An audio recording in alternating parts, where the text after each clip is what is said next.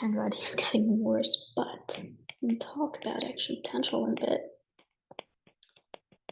We're going to connect it, obviously, to whatever we have talked about till now. So we were talking about how the resting membrane potential, resting membrane potential depends on two things. One, equilibrium potential of all the ions. Two, permeability of the ions.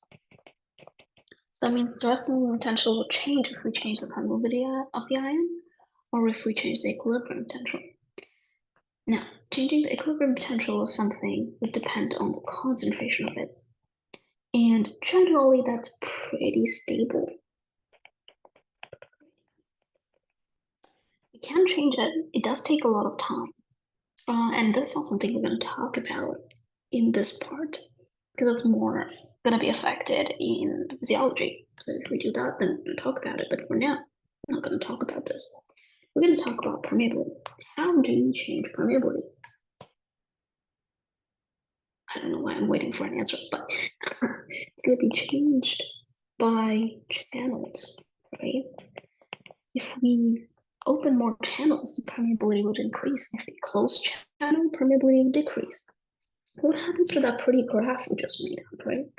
Let's see. So we have, this is the equilibrium potential of sodium. I'm constantly drawing this so that it kind of like harbors in your brain to always think about it using this graph. It really is helpful. So this is the equilibrium potential of sodium. This is potassium. All good. And we have the resting membrane potential around here that we talked about, right? That's my second. All right. Now, what would happen if the permeability of sodium increases? This resting membrane potential would shift up just by weighted average. Remember, resting membrane potential is just a weighted average of the equilibrium potential multiplied with their permeability. So if the permeability of sodium increases, the resting membrane potential would shift upwards. Right. So this is when permeability sodium increases, right? We'll move upwards. What happens if the permeability of potassium increases? We'll move downwards. The new resting membrane potential would be more negative, right? When permeability of potassium increases.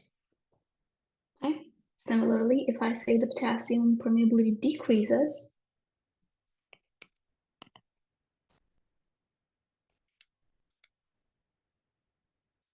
which can be done, let's say, by closing some channels, what happens?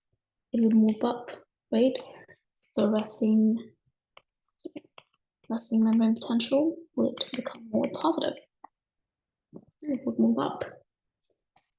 So yeah, just thinking about those things, which direction they're going to go.